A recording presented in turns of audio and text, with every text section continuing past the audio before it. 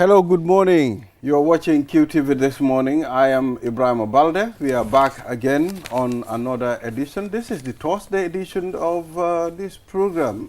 So wherever you are, thank you very much for tuning in. And we appreciate the time that you've given this favorite channel to enjoy or to learn from what we do. We'll take a look at the African Code from the Code in Newspaper Review with Mr. Momodu Mbodj, and of course, Meet the People's Tour 2025, and we'll be having reps from the State House of the Gambia. And as you know, this is constitutional for the president at least to go twice a year. I mean, to go and meet the people, to hear their concern, what they want from the president, and also to look at some of the projects that are ongoing. And we'll also be talking to Buba Fati and Aldel Campbell on this program on our music industry, how things are transpiring. And I'm pretty sure Mr. Ade Drame would definitely love this. And Mr. Ade is the co-host of this program. Good morning, Mr. Ade. Good morning. I was wondering if I was going to get a mention, Mr. Balde. Of course, yes. It's a pleasure to be here. Thank you. Yes. How have you been? I've been okay. Nice. Thank you. Yeah. Are you comfortable with that pillow behind you? Not particularly. I'll get rid of it in a minute. But okay. You know, yeah. All right. Fine, yeah. Yes. So, Mr. Momodu Mbodj. Momodu Mbodj. Momodu Mbodj? Yeah. Where did you get that? It's the Mbodj. I'm trying to put the Mbodj. No, it's not Momodu Mbodj. I'm spreading the Mbodj, because you said there should be is it an apostrophe or something on your apostrophe? Yes, on your name. It has nothing so to do it with sounds Momodu like Mbodj. Mbodj. It's got nothing to do with Momodu Mbodj. I am Momodu Alusidi Mbodj. That's my name. Alusidi Mbodj. Imagine people calling you Sidi. That's funny. All right, so we'll take a look at the stories, and we have quite very interesting stories here. And Mr. Adedrame, this is the Standards newspaper, but not Standards, but Standard. Yeah, these people, they'll sue you away. Yes.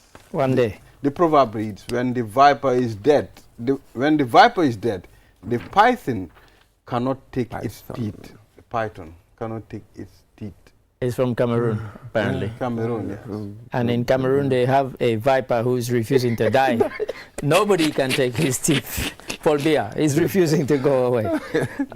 92, he'll be president till he's 99, having just been confirmed. But yes, it's an interesting one. I guess, you know, they're both types of snake, of course. And they do different things, and they have different skills, sets, absolutely, and abilities. And it is so good at what you do. That's right. And so, you know, it's like saying that if your wife can't get pregnant, you can get pregnant. No, you can't. You can. You know, you're designed differently. we know what you can do. you know, absolutely.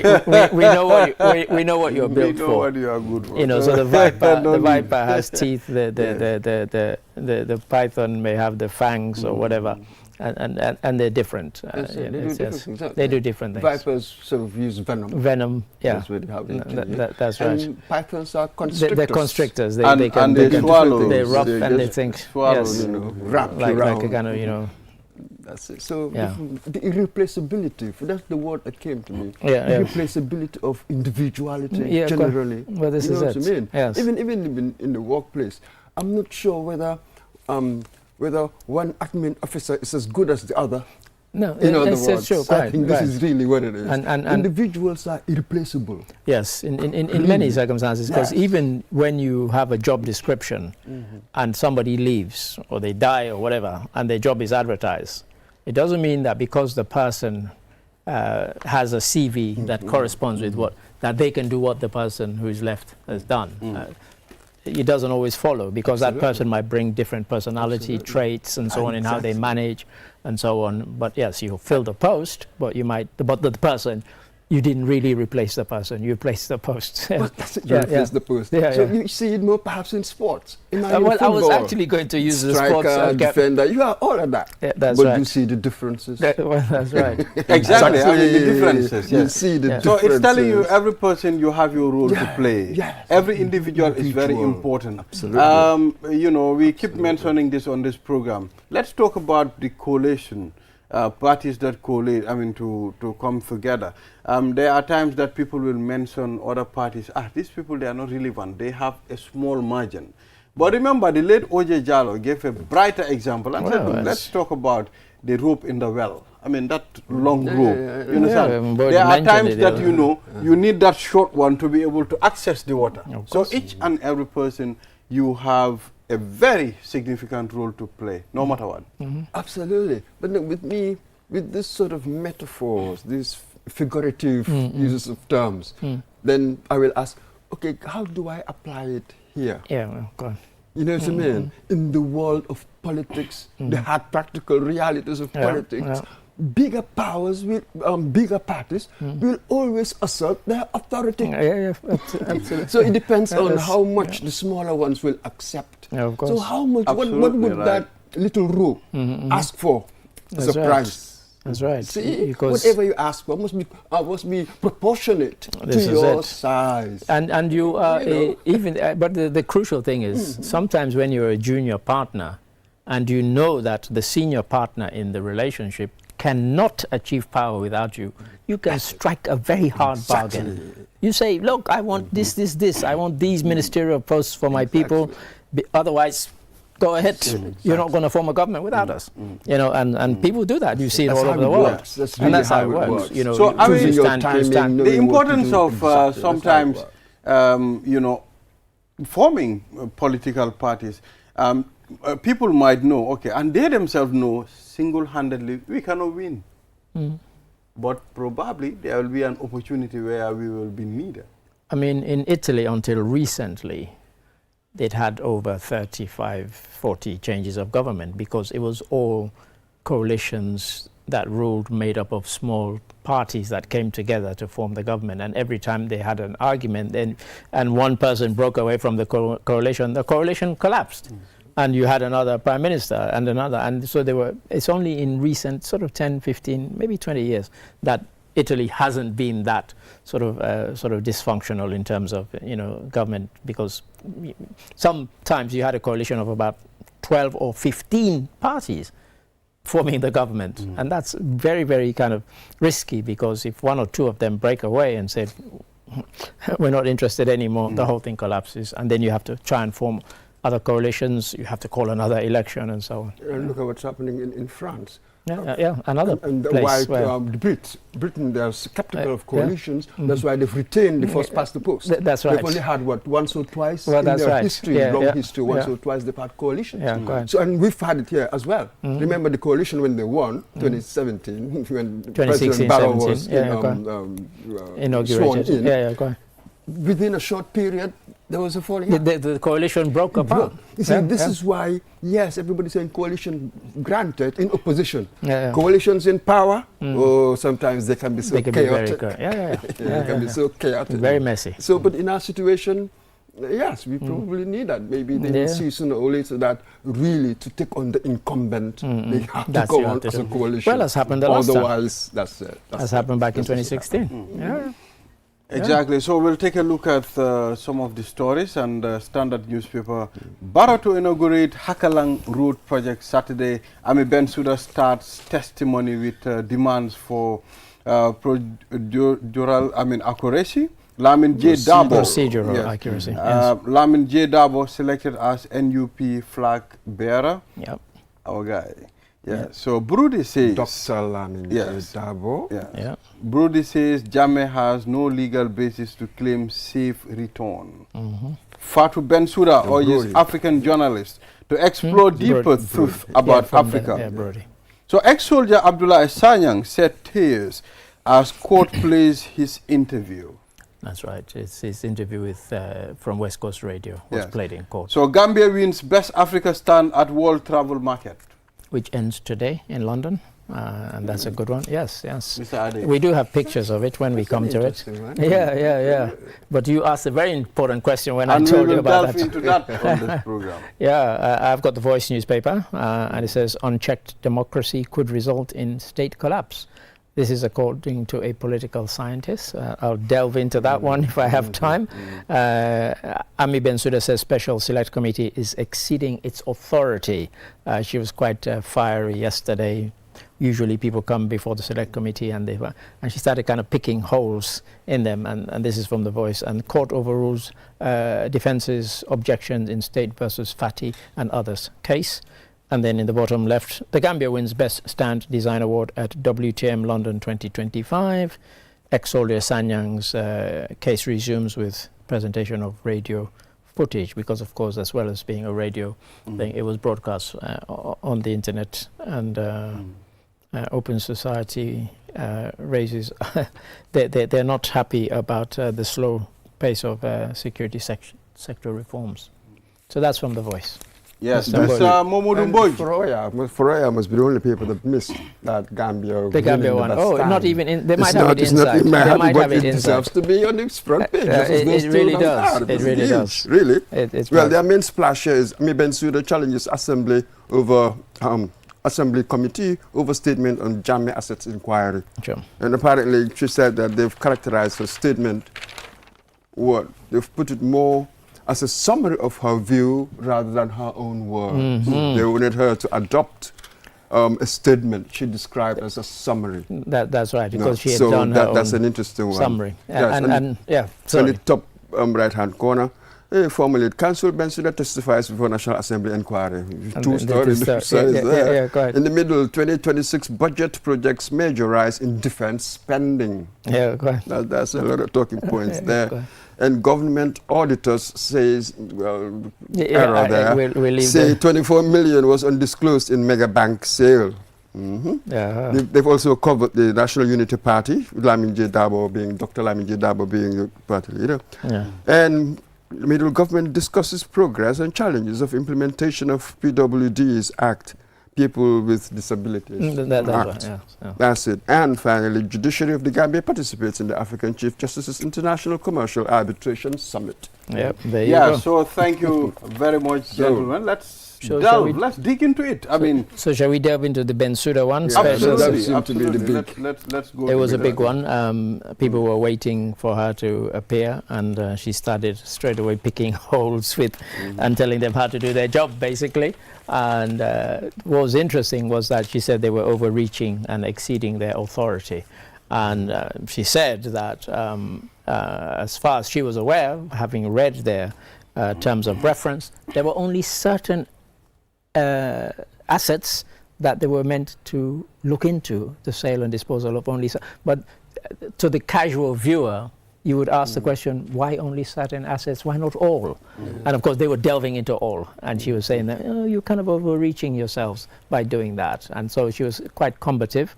And then she said, look, you can compel me to present certain documents, I'll present them, but I don't agree with having to present them because I don't think it's your business to ask me to do that. So she was quite, it was quite a sort of combative session. Absolutely. Yeah. But I thought that maybe it was an interpretation of the terms of reference of the committee.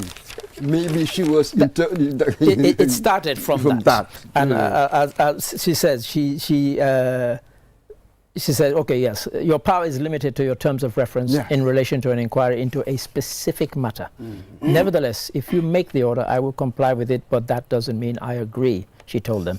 And she said, she stressed that the committee is not a committee at large, and its scope is restricted to the disposal of specific assets, not to the full records of the commission, because that's what they seemed to be asking for.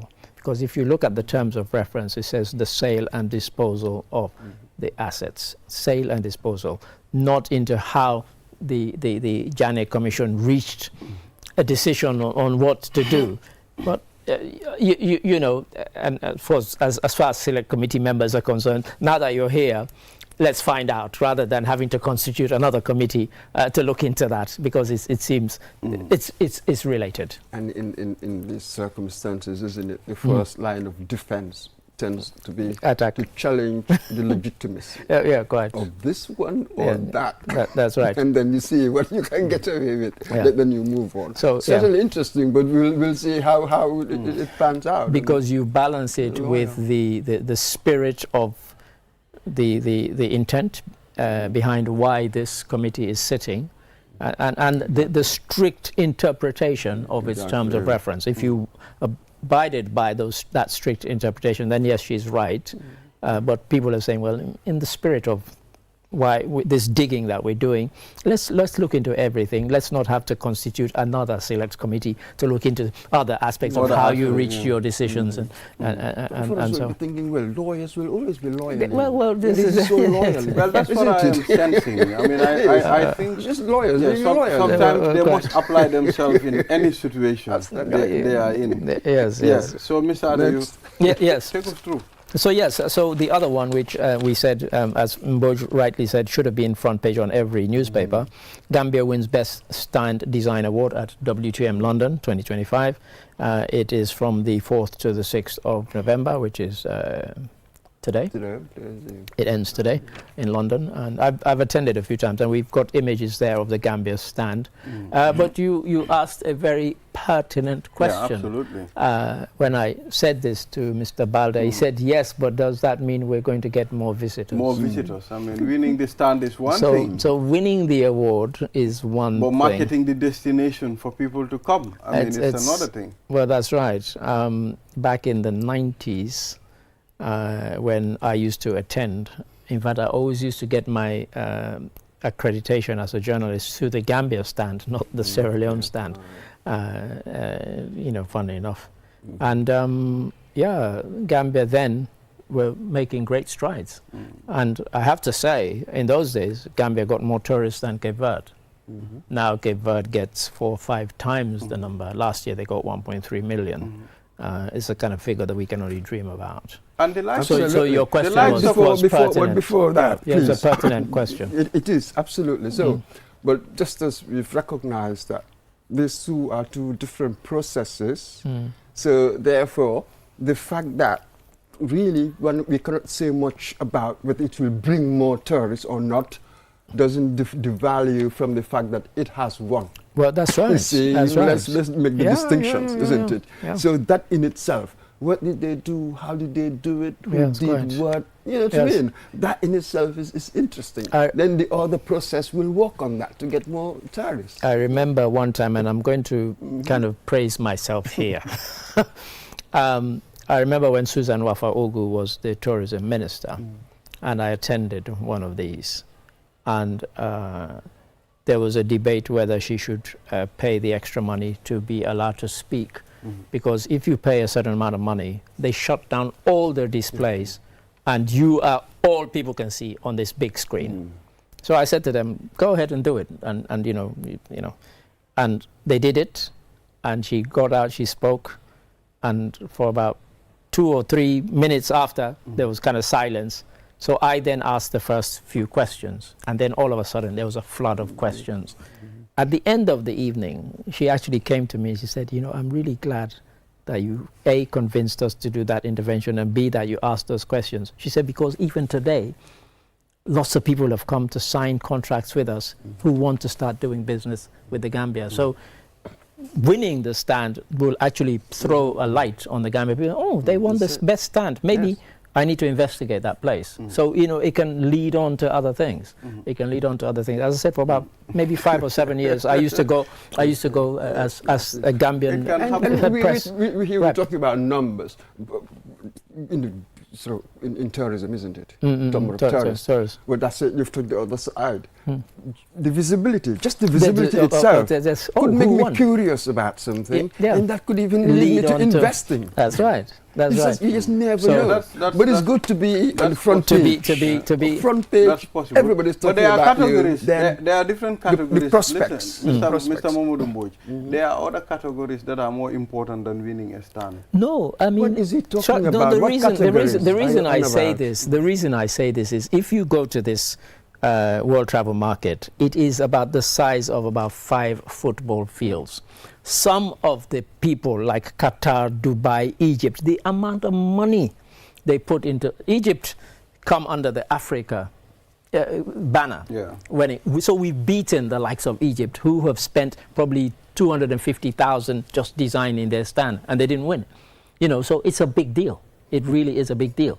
You know, because you're talking about 54 countries in Africa, about 30 or 35 of them would have been there. Kenya are always there, Uganda or there, Cabo Verde are always there. And they all have pretty stands, they all have nice stands. But we have beaten all of them. You know, it's a big deal. What I am trying to put across is, okay, fine. I am pretty sure the amount of tourists that visit Egypt are more than the Gambia. No. I think we take your point. We take your point. Of course, Egypt, Kenya, those places, they get way more. I am more interested in result. But what we're saying is this could lead to... We understand your point. We've taken it. But you cannot appreciate our point. You cannot see it.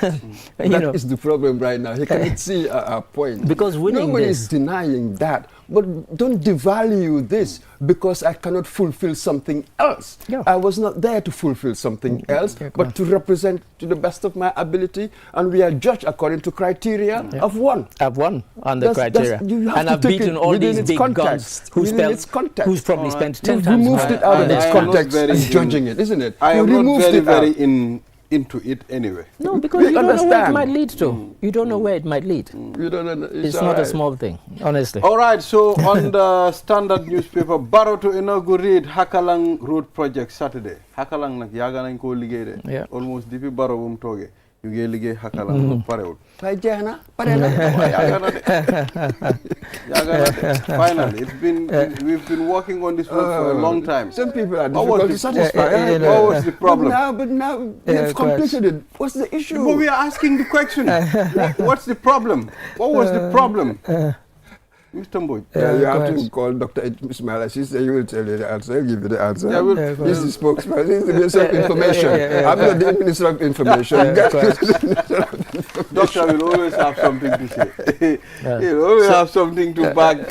He can never. Yeah, but it's good. I mean, inaugurating a road like that, I mean, the people of that area have been looking forward to this for a very long time. Of course. I've traveled to that route and I've seen how the condition was then and now. There is huge changes. And, well, whether you like it or not, when it comes to Barrow's government, he is more interested in infrastructure. I mean, connecting people, making sure access is easy for each and every individual. And I think that is also another milestone for development. Wherever you go, infrastructure is very significant. Well, let me give you an example. On Tuesday or maybe Monday, I gave somebody a lift. And we were driving along the Bertil Harding Highway, and he described it as a vanity project. I said, I'm sorry. I said, I have to take you to task over this. I said, I used to traverse this road to work every day, and it would take me 45 minutes to an hour. That same journey I can do in 20 or 25 minutes now. You know, unless I'm speeding like a madman, 20 or 25 minutes. I said, imagine what it is like for commercial drivers who ply this road, how many more journeys they can make, and just for us, the ease of getting around. I said, a vanity project? It is anything but. It is very necessary. But he wouldn't have it. But you see, you recognize that pattern of thinking, don't you? Yeah. Because you expect the president or the government, whoever, to do A, B, C, and D, granted. So once you've done A, perhaps even you've done B, but you haven't done C or D, so therefore somebody was trying to do something similar earlier on.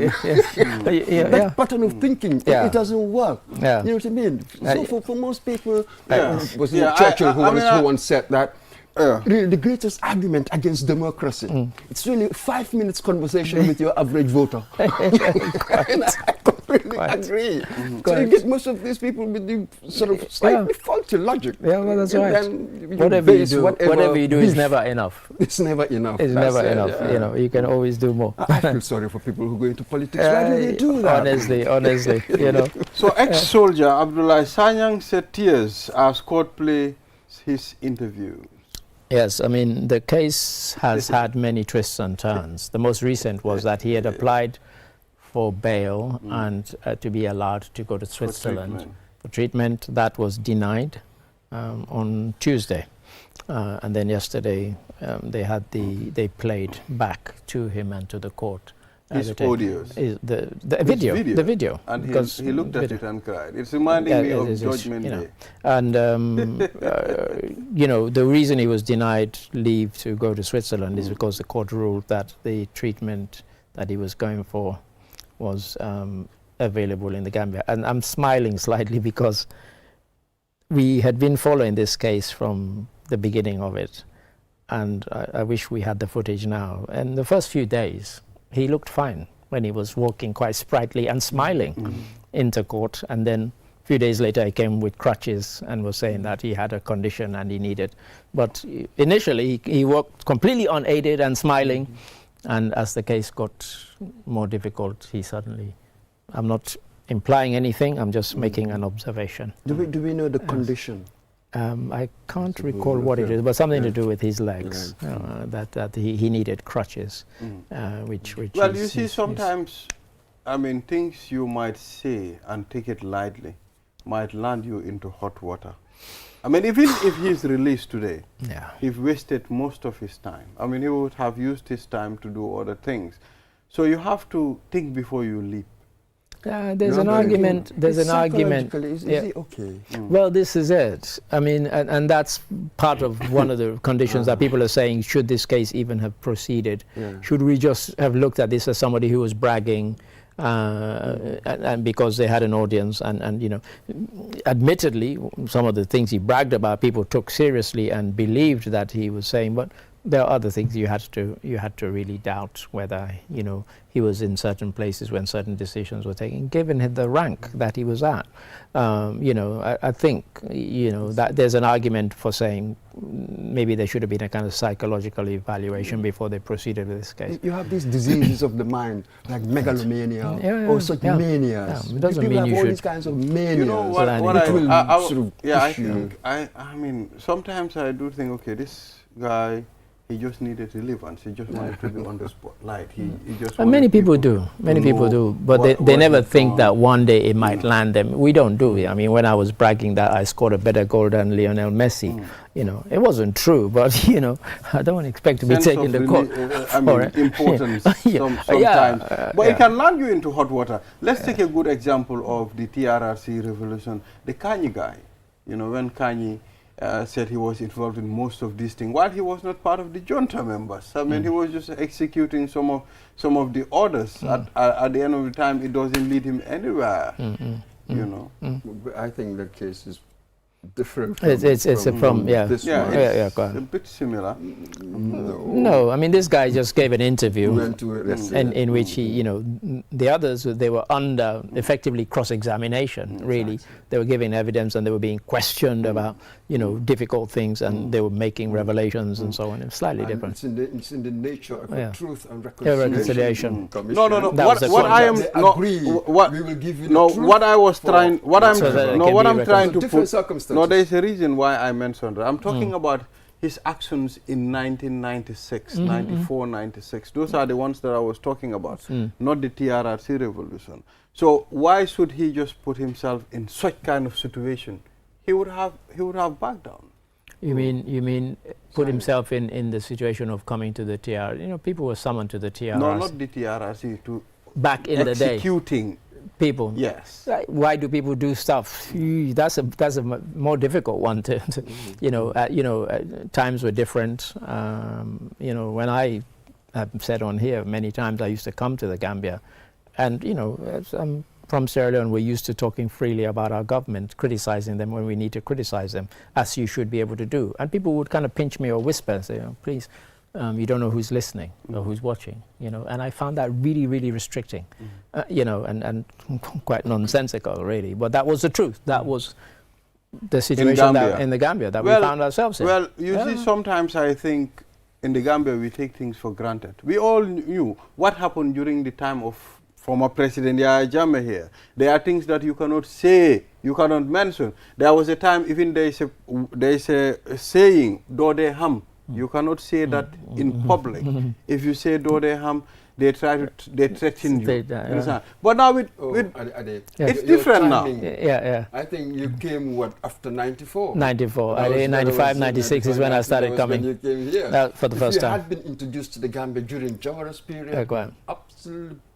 Like chalk and cheese. Yeah, quite. No, I very much understood that. It took me a while to adapt to sort of looking over my shoulder. Quite. It didn't come naturally. And minding your words. I was just naturally free. Unless I doubt everybody was just naturally free. So by the time Jammeh came along, we were grown-ups. So we had to adapt to a new kind of lifestyle. A new reality. Regressive. It was regressive stuff. During Jawara's time, it was minimal.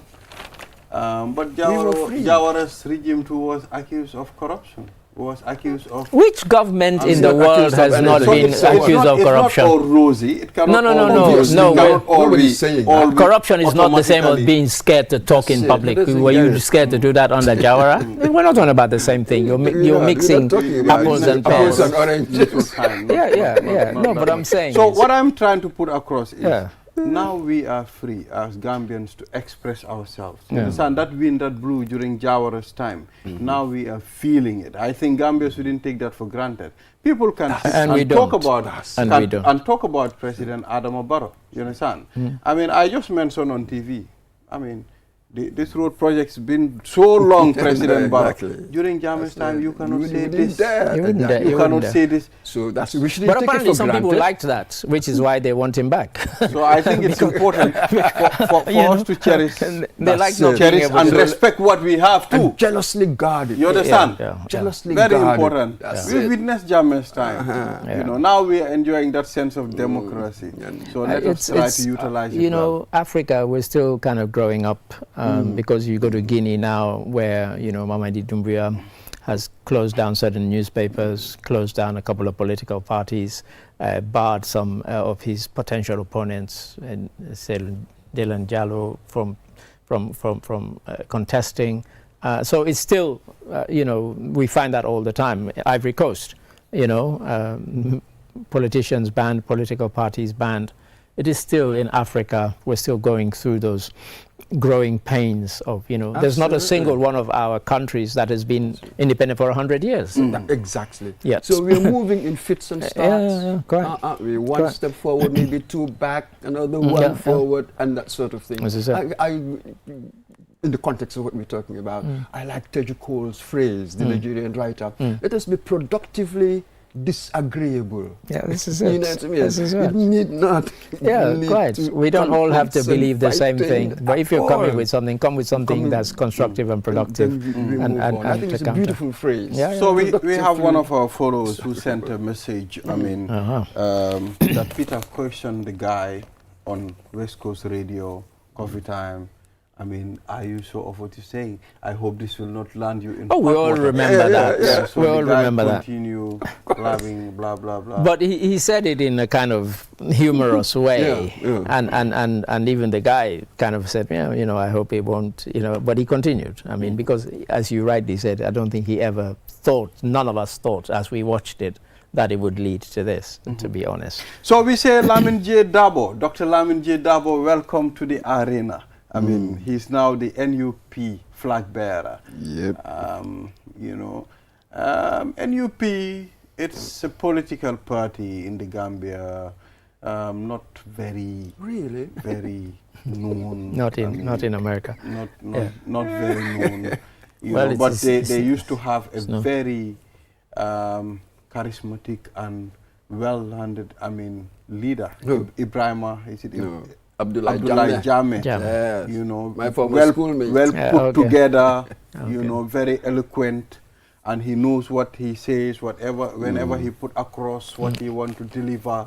When I looked at him during the past election, 2021, I looked at him as a very, resourceful individual. And I think those are the kind of people that we needed in our system. Okay, yes. Let's put it this way, yes.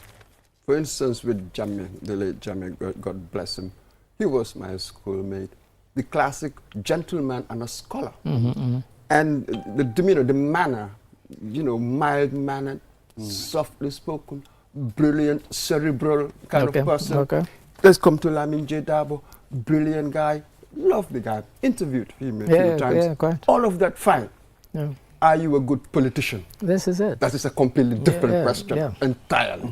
Are you a good politician? Can you handle it? It's not just can you handle it. No, can you handle it? You have to be good and handle it. Handle what? You need to know, that, politics and so on. And so some of the people who contacted me from America and said, they were coming here to, start a political party, and because they'd been successful in business in America. And I have to be honest, they were kind of slightly dismissive of how easy it would be that just because they'd been successful in business in America, they were going to be successful here in the Gambia. And I said, you have a lot to learn. And it is not, oh, you're not Gambian, that's why. I said, no, come, don't let me stop you. I can't stop you.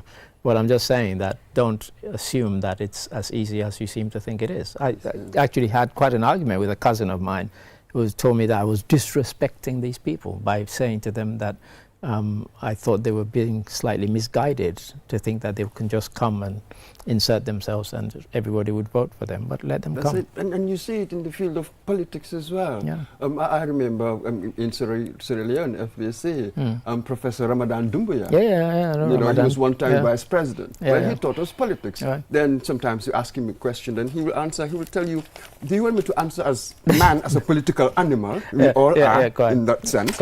Or as a politician, because he was a vice president. Or as a political scientist, because he was lecturing it. These are three different domains. That's right. We share, everybody is really political. We all know that. But some decide to go into politics, or go and lecture it. So some of us say that, for instance, Halifa Saleh would have been brilliant political scientist perhaps, but not so effective as a politician in that sense. So are you a good politician? And it doesn't necessarily follow. They don't follow. You can have 200 PhDs in political science and be rubbish at being a politician. Sometimes we've seen how our political scene work here. I mean, you can learn all political tactics and all knowledge on politics, but we have our own format of doing our own politics in this. There's no such thing as all knowledge in politics. That's in anything. And the people who succeed in a place where the vote is free and so on is the person who understands the people. They know what they need to tell the people to get on their side, to vote for them, if you will. If you can understand the people, understand your population, what do they need? What do they want to hear from me? That's what, somebody is sending me a 100-page manifesto. Who's going to read it? That sort of thing. What is a leader? Who is a leader? Some people tell you there are certain conditions. One, perhaps there's a vision. Two, you can harness your people. They will follow you. They can there are buy so many into so-called politicians. Nobody's following you. Nobody's coming here. They can buy into your agenda, and then you can inspire them to complete a project. You see, it also goes to that level as well, from the vision to completing things for the common good, that sort of thing. And a good politician, I'm quite Machiavellian, but not in a negative sense. Not in a negative sense. At all. Machiavellian, I'm focused on virtuosity. Yes. It's wisdom, virtue, it's not V-I-R-T-U-E, but in music, the virtuoso performer. I can perform. You know what I mean? I say that I'm going to bring, renewable energy and all of promising all sorts of things, but I can do it. People will see. Virtuosity goes to the very heart of being a successful politician. That's the Machiavellian thing. So, in Cameroon, the president is about to be swearing. He's swearing.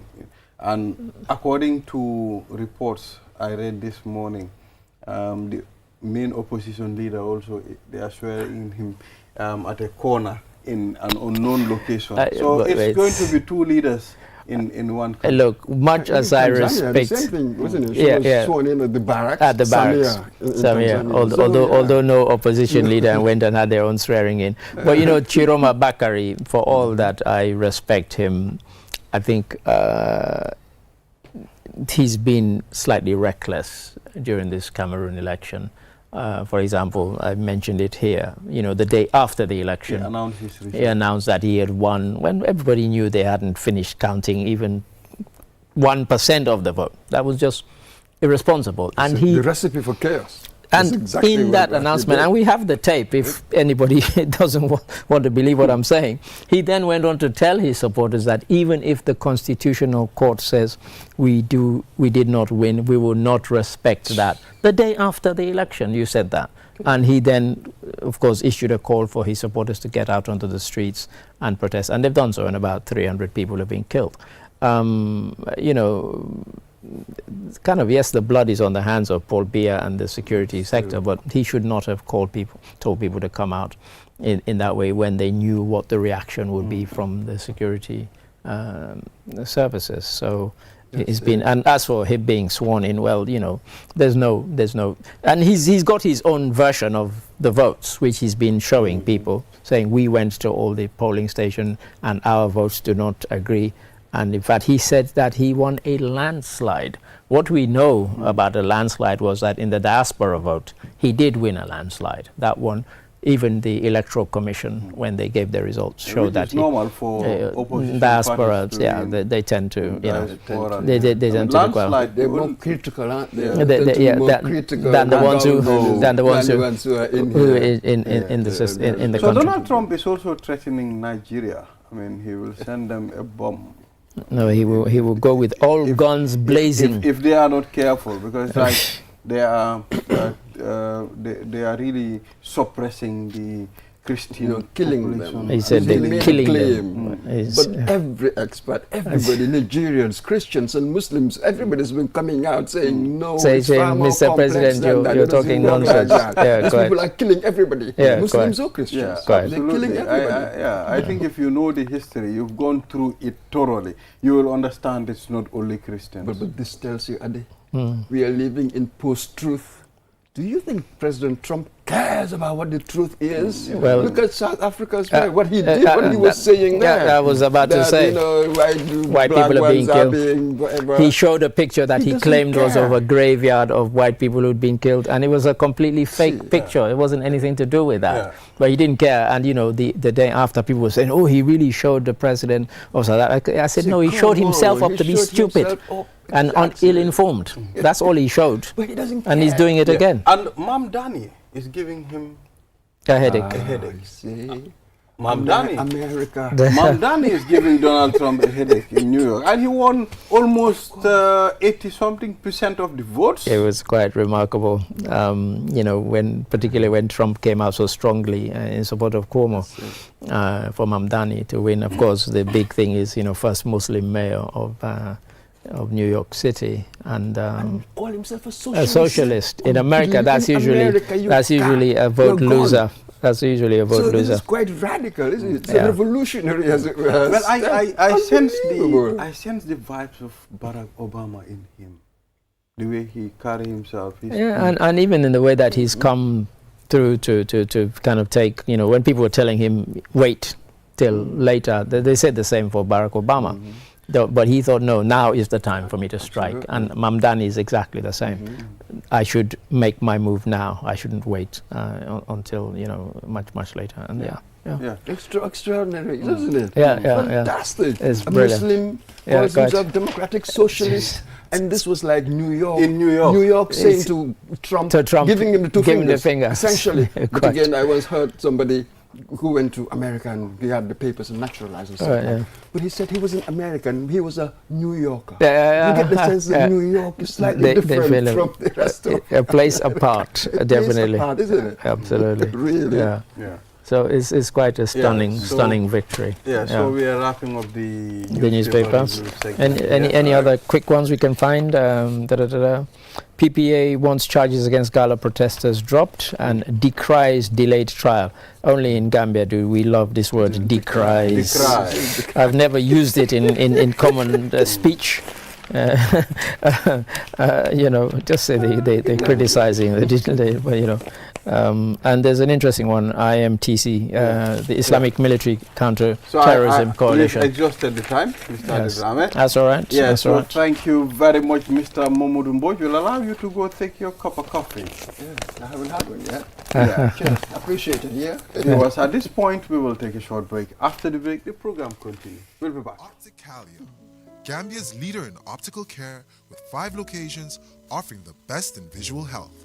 With cutting-edge European technology, Opticalia delivers single vision lenses in just 20 minutes. At Opticalia, we care about our future. Eye exams are free for individuals under 18, ensuring everyone has access to quality eye care. But it's not just about vision. Opticalia also provides advanced audiology services to ensure your hearing health is in the best hands. Our audiology services offer European standard hearing aids and diagnostics, ensuring everyone can hear clearly. Whether it's testing or treatment, you can trust Opticalia for your auditory care. Opticalia offers European standard products, fair prices, and exceptional value all under one roof. Visit Opticalia at the Tropic Shopping Center near Senegambia or call us on 7767-121 or at any of our regional branches. Banjul 7767-126. Brikama 7767-123. Farafenni 7767-124. Basse 7767-125. Opticalia. Love what you see and hear. Naine dake network koto mi yalonko wole warta nyimbanko kan adung adabe soniaring wole nyama.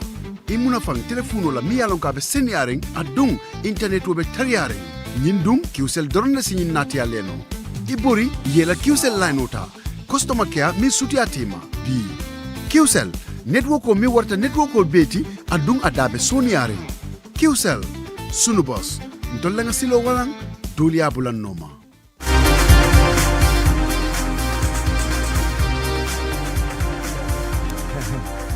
We are back. You are watching QTV this morning. I am Ibrahim Abalde. The president is preparing for Meet the People Tour 2025. This is incumbent upon the president. And it's part of the law of the Gambia for the president to at least go twice a year to go and meet the people, listen to their concerns, and also try to look at, ongoing projects as well. So we have the Director of Press and Public Relations of the Gambia, Ami Bojang Siso, State House rather. Good morning, Ma. Good morning. It's good to have you on this program. Thank you for having me. How have you been? It's been a while. Yes, but busy. I can see that. I can see that. Busy preparing for the tour. And we are glad that we are getting there. And as far as our role is concerned, at the preparatory level, I think we're happy with what's happening now. And we look forward to the actual event and how it unfolds. Yeah. So let's talk about the main goal of this year's Meet the People tour. Virtually, it's a reminder of the ongoing goal, that is to improve the lives and livelihoods of Gambians. And through that, we keep reminding ourselves. For instance, we've chosen the theme as national development is a collective responsibility.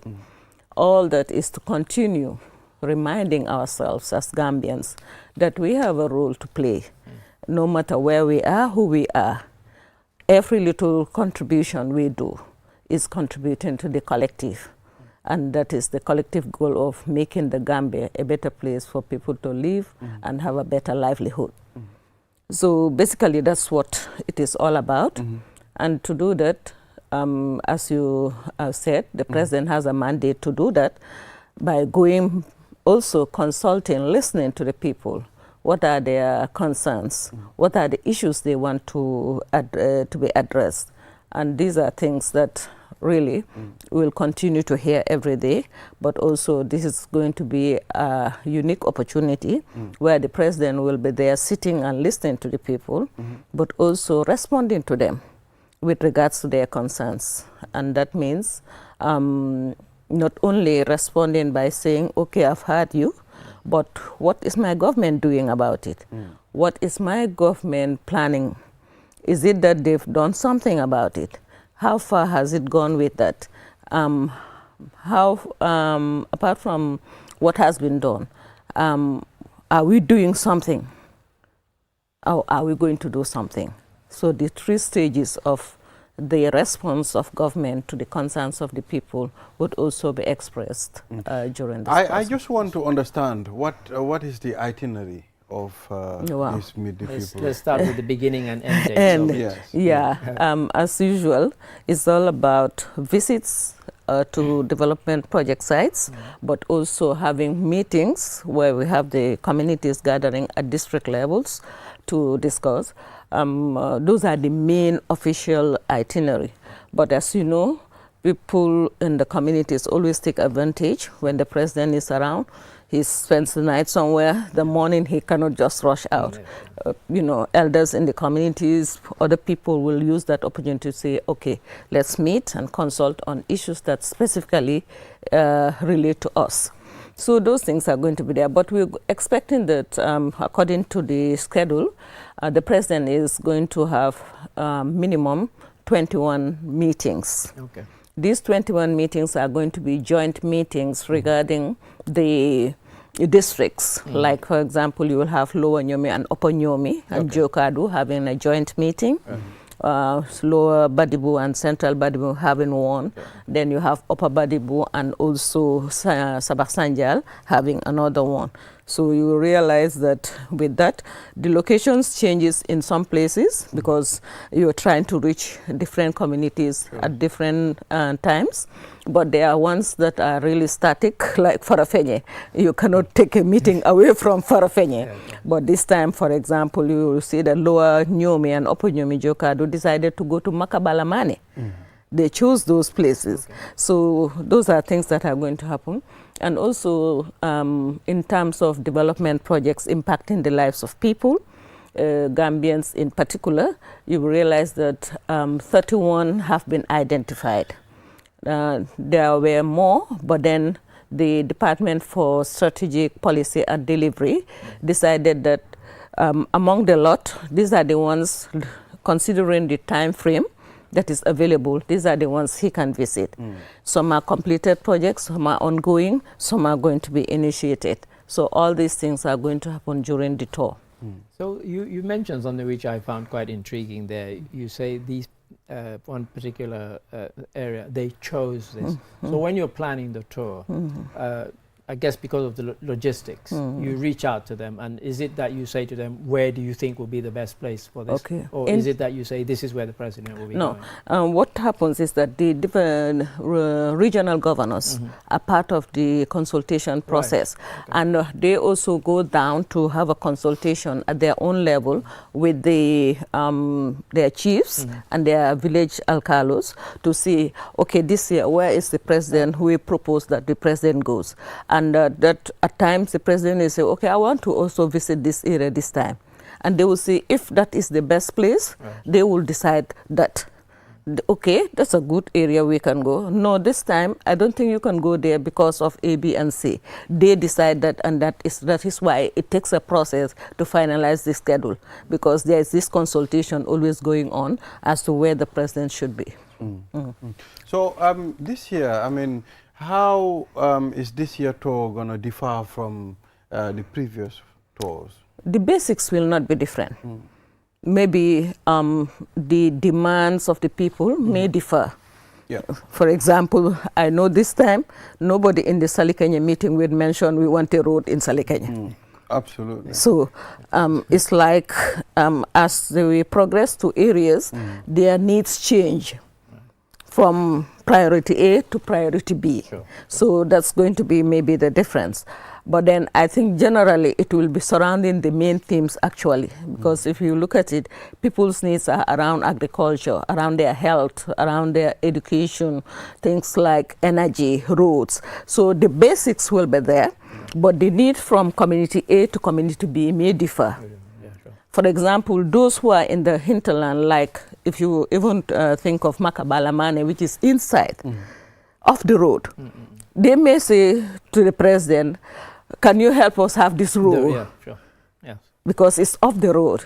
It's not on the highway. The highway road, Hakalang will not claim road this time. I'm sure we are all aware of that. Right. So these are the variations that may happen during the tour. But then the approach we have also maintained that can still continue, because you're talking about the selection of the speakers, which is also the responsibility of the governor and his yes, because we are not there to tell them who should talk on their behalf. We are there to listen to their concerns as authorities who are assigned to take responsibility of their lives and livelihoods. Therefore, they are the ones who will demand, who will decide who will speak on their behalf. But what we have made clear that we should have a female speaker, we should have a youth speaker, we should have a male speaker, and then the opinion leaders like the alcalo and the imam. In our cultural context, when you go to a community, we expect them to welcome you formally before you can talk about your message. So I think those standards will be there. And I think also with the theme of the theme for this year, that national development is a collective responsibility, I think the youths have a big role to play. If we are talking that over 60% of our population, close to 70, are young people, definitely then the young people are the drivers to grow our economy. They're surely the drivers to improve public health. They're the drivers to ensure that when we come to peace and cohesion, they are the leaders there. So all these, among others, are reminding us that we have a youthful population. They have a responsibility towards growing this economy, but also bringing peace and stability in this country. So I think these are very important when we talk about our collective responsibility and the role of the young people in this endeavor. So during this tour, how are we ensuring we've reached every community in this country? You cannot reach every community in this country. You reach a representation of the communities through their selection process. For instance, if the meeting is going to be in Makabalamane, you're talking about, let's say, Upper Badibu, Upper Nyomi. But then delegations from the Lower Nyomi will be represented there. Delegations from Jokado, for example, will be there. Delegations from Upper Nyomi itself will be there. So these are the ways you can say you will have a representation, but not to reach every community. If you say that, it's not feasible, it's not realistic, and you will not say the truth. It's not honest. No. Right.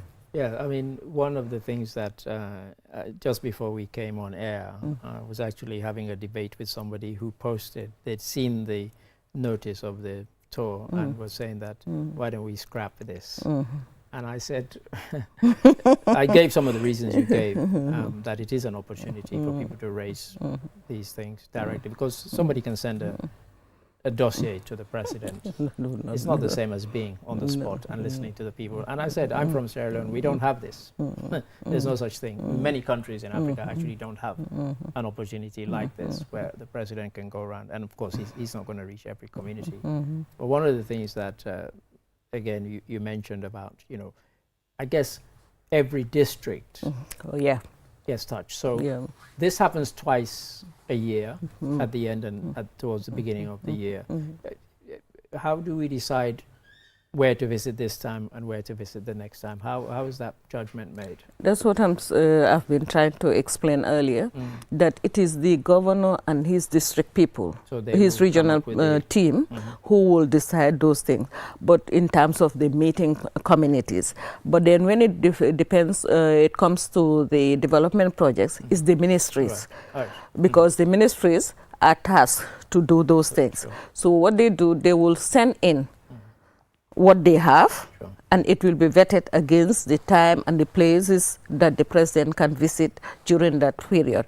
But when it comes to the other decisions regarding the venue and everything else, that is really proposed by the communities that they are going to, where they want to have their meetings. So these are some of the things that are logistical, yes, but they also look at various things in terms of the protocol, in terms of the security. Sometimes you will see that the Recce team will go and realize that it will take maybe 15, 20, 30 minutes to travel. They will do those things. And then all those things will combine, will bring out the final venue and places for the president to go. Now, I think you mentioned, did you say 31 projects? Yes. Would be visited. So can you give us a flavor of what some of these projects are? They relate to agriculture, they relate to health. For example, last year, if you recall, the president visited 5 health centers that were inaugurated. Right. This time, we're expecting 6 more.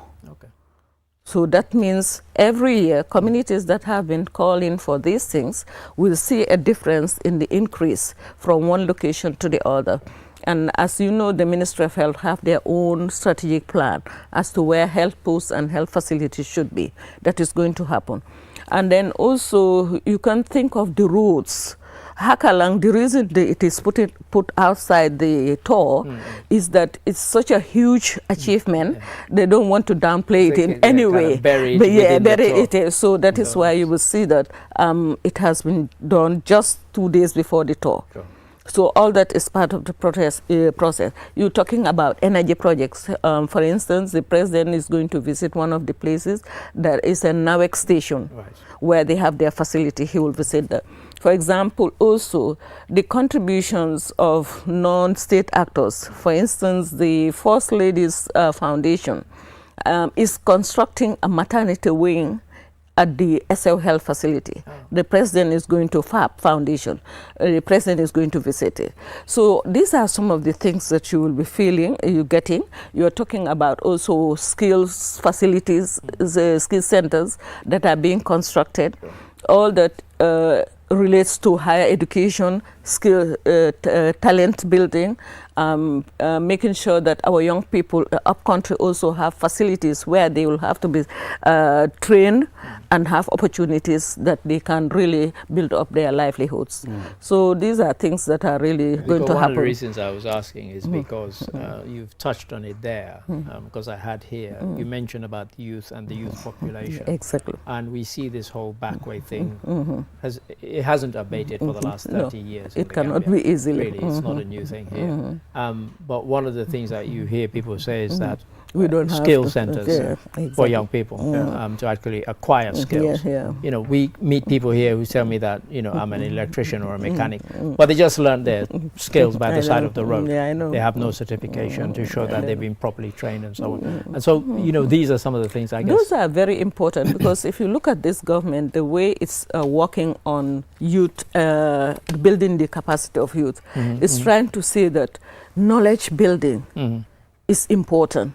Because if you look at the USETs at the other higher institutions, transforming them into higher learning institutions from GTTI to USET is an example, shows that you cannot build the capacity of your people without knowledge and skills.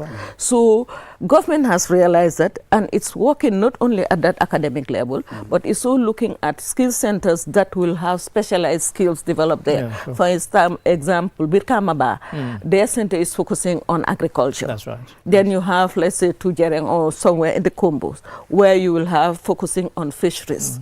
You have other places in the upcountry, like one of the biggest ones that is under construction is the Wasu one. The Wasu Skill Center is huge. And it's not going to be just one. It's a multi-skill center institution that they are developing there. So those things are there. And if you look at the issue of, I always refer to Basse College of Education, because I'm so proud of what it has done for mothers who are women who are married, mothers, at the same time going to college. Right. That opportunity I will really always cherish, because I know what it means. I have experience with a young woman who had to drop out of college because she couldn't leave her family there, married, children, and come to Kombo. Yeah. So there are impactful programs that are projects that are existing up country. I could recall where roads have improved public health, maternal health. A woman on a donkey cart from Sutkoba coming to Bajakunda, having a road from Laminkoto Pasamas have changed the dynamics. So when we talk about also women, we should also realize that when we talk about the youth population, the females are part of it. So impacting the lives of young mothers is a great achievement for this country, among others. Thank you. We've exhausted this time already. Yes. We haven't told them the date of the beginning and the end date. And I wanted to ask, I mean, how are we going to make sure we do not use this tour politically? The tour politically? We make sure we just try to portray our development agenda. No, we cannot divorce the two. I will not tell a lie on that. When the tour happens, there are two levels. We always have to consider whoever is in power. We cannot deny that. Wherever you go, it's people who support you who will join you most of the time, because the Gambian mentality about national programs is still not something that has sinked in. To say that this is a national program, where what party you belong doesn't matter. We have not reached that stage. I just saw a hint of that in the early days when the president came, I think the first or second tour, when all the parties, because there was a coalition, and you see where the hypocrisy comes in. During that time, all those who were parties who were part of the coalition, when the president did the tour, they were there. But they didn't say this is not a political engagement, it's a national engagement, so let us not go there. So that is why I will not be sitting here telling anybody that there will not be politics. But they have also, among the politicians and the government people, have also understand that when it comes to the tour, the official takes over. True. But that doesn't deny the fact that you'll have some political people who will always be rushing in and out of the crowd. But our focus is for us to understand why we are there and why the president has been mandated to go there. That is why you'll be having the technicians on the tour who will be seated there quietly with their notebooks and their notepads, taking notes for what is being said there. That has impact on the government policy. So quickly, just remind us the day. It's on the third. And the time. What time is the president leaving State House to the ferry? We expect that by 2:30, people should be crossing. And the president, once after 2:30, going to 4, you will realize that they're already on that side, because that will be on the 10th. And it ends on the 3rd. In between, we'll have some breaks, because people will be too tired. There will be breaks. But this is the period from the 10th of November to the 3rd of December, inshallah. Thank you very much. Thank you very much for coming on the program. And I wish you all the best of luck. Wish everybody, wish us luck, yes. So, Mr. Adedrame, this is what we have for this segment. We'll take a short break. After the break, then the program continues. We'll be back. Naine dake network koto mi yalonko wole warta nyimbanko kang adung adabe soniaring wole nyama. Imuna fang telefono la mi yalonko abe seniaring adung internet wobe tariaring. Nyindung kiusel dorna sinyin nati aleno. Ibori yela kiusel line ota. Customer care mi suti atima. Bi. Kiusel network mi warta network beti adung adabe soniaring. Kiusel sunu boss. Ntolenga silo walang dulia bulan noma. QCell, the fastest growing network in the Gambia, now presents to you the eSIM. QCell's eSIM allows you to electronically scan a code and join the world of digital SIM cards. Customers with physical SIMs can easily switch to the eSIM as well. So rush now and get connected with an eSIM and start using the latest mobile technology with your trusted GSM operator. For more information, call our customer care on 111 QCell. Sunubus. We innovate, others follow. Terms and conditions apply. Bokal si network bu gëna rëy gëna yombale si réewi Gambia bi fii jëfandikool kool bu set internet bu gaaw li yëpp si njëg bu yomba fii si QCell dawal léegi si suñ customer care bu la gëna jege ñu may la QCell line te doo si fay dara QCell network bu gëna rëy te it gëna yombale si réew mi fii QCell suñu bas ñoo xaali yoon bi ñeneen toppa. These tracks have become my wall, my arena of victory and fear.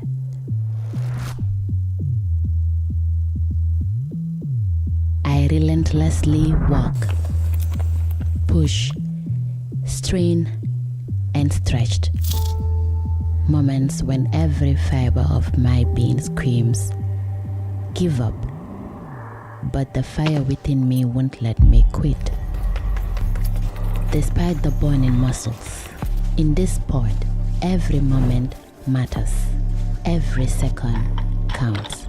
My failures, my dreams, my pain, my triumphs, they propel me forward beyond all limits.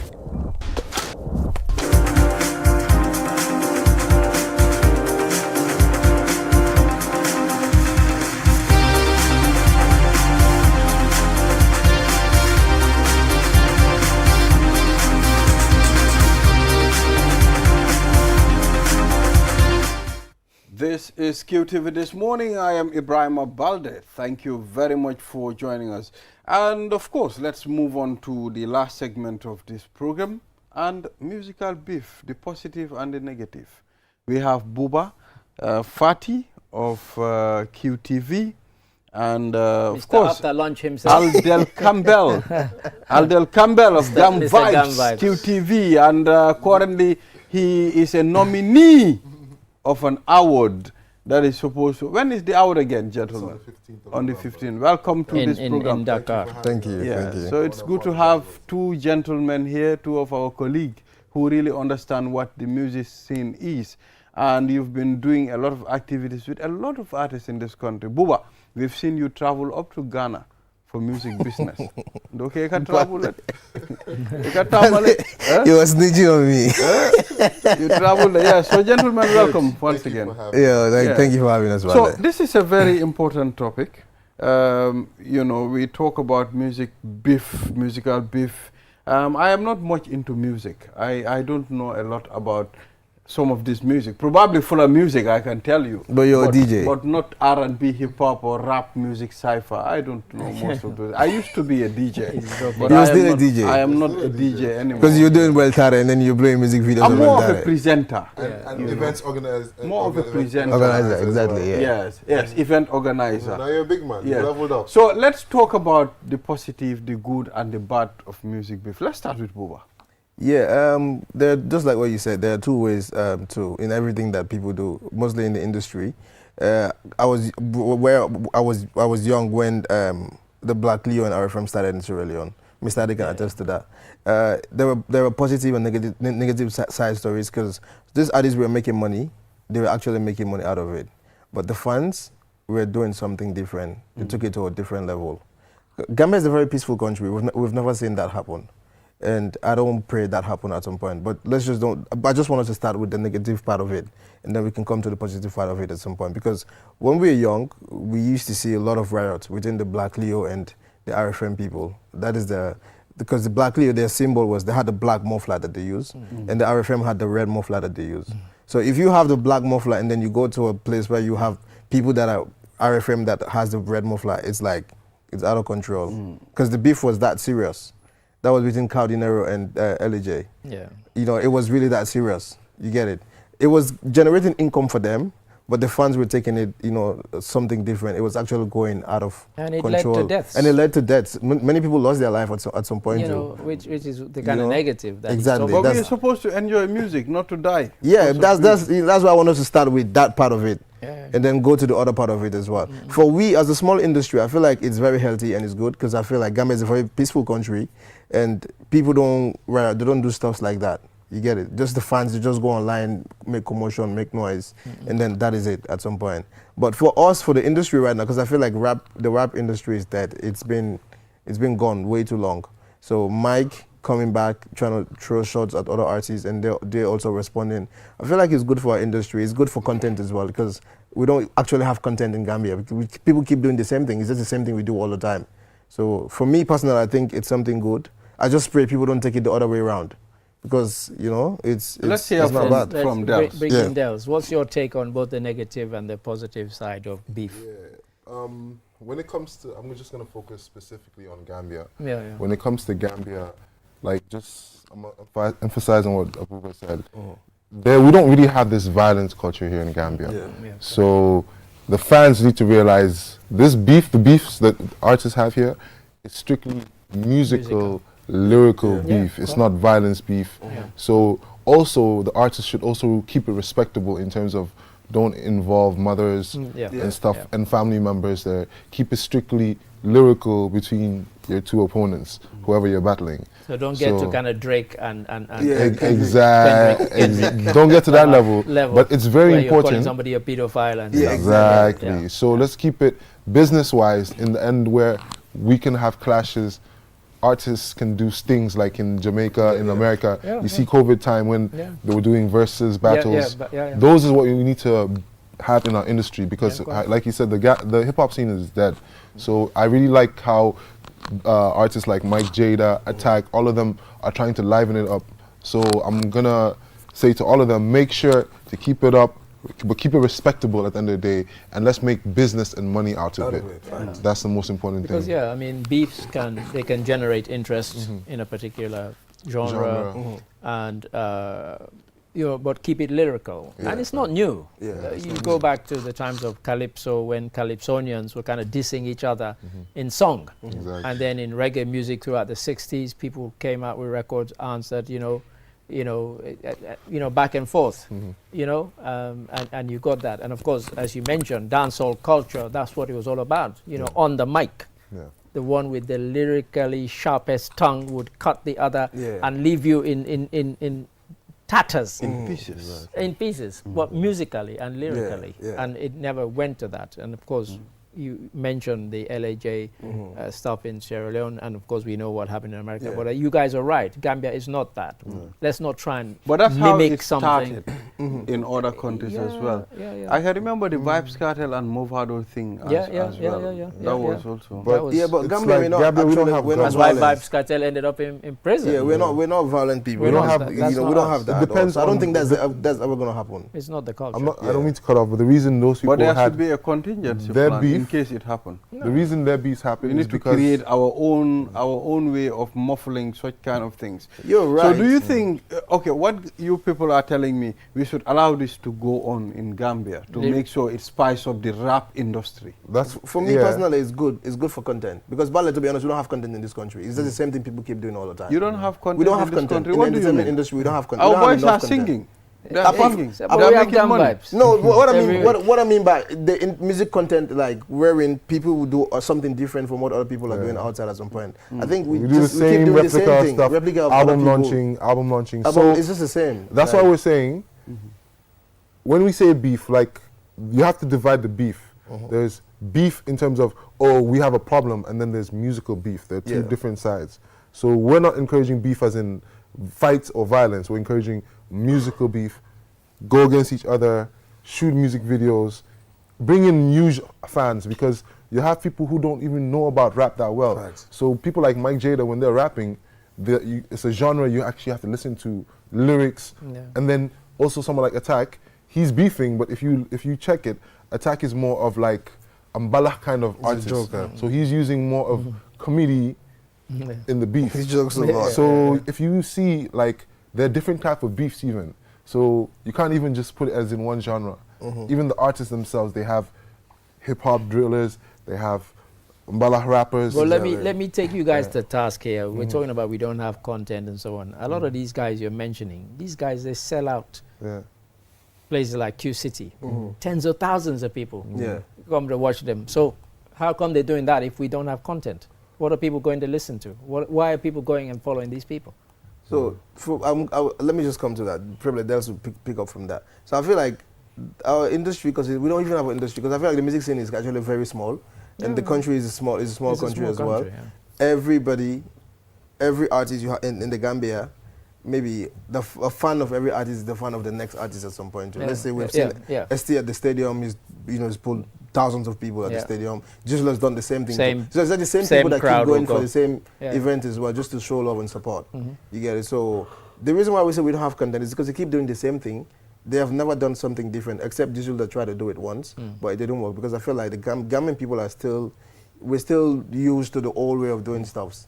You get it? I've never seen anybody, I've never seen an event that is daytime event in the Gambia, wherein you go at this time and then it ends before 6 o'clock, you can go home and relax and have fun as well. It has never happened. Jizzle tried to do it with the Scorpio Fest, but it didn't happen, you know? So I feel like we the fans as well that listen to some of these artists, need to have a mindset wherein we cannot be doing the same thing. We need to deviate from whatever we do and do something different. So the message to you that you guys are giving, okay, be innovative. To kind of spice up the music, and the genre, both in terms of your lyrics, in terms of your presentation, in terms of everything. Professionalize yourself. See, why is it that Nigerian music has gone global? Why is it that Jamaican music has gone global? What is it they've done that's different? I guess that's kind of thing. But also, you guys have a message for the fans, I guess. In terms so of before that, our music. People tell me the Gambian music is not recognized internationally. I mean, I don't understand that. We've seen our boys going outside playing. I think we are recognized. A few. Starting slowly. You can say like a few, like Sona Jobate, Pasalu, Jehus, Junior Choi. There are quite a few, but here, if you check here in Gambia, our artists, like maybe let's say Antu right now, they're blowing ST and a few, but still we haven't gotten to that stage where we're getting nominated for Grammys, or we're going for these big events, or we're performing at thank God now we're performing at Summer Jam and stuff. It's starting to happen, but there's so many events that we are not being recognized there, because our quality of music and content has to upgrade.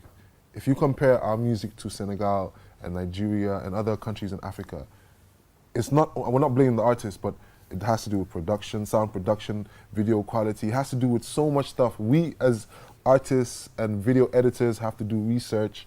There's so much money has to be invested for our industry to boom, because it's an industry where you know that it can make money, but to make money you have to invest more money in it. You have to do more research about it, link with people who are out abroad who know about what they're doing and how they can also bring in business into Gambia and get our artists to get recognized outside of the world. And so, it's growing. A quick one for me as well, but I feel like our artists they're too content.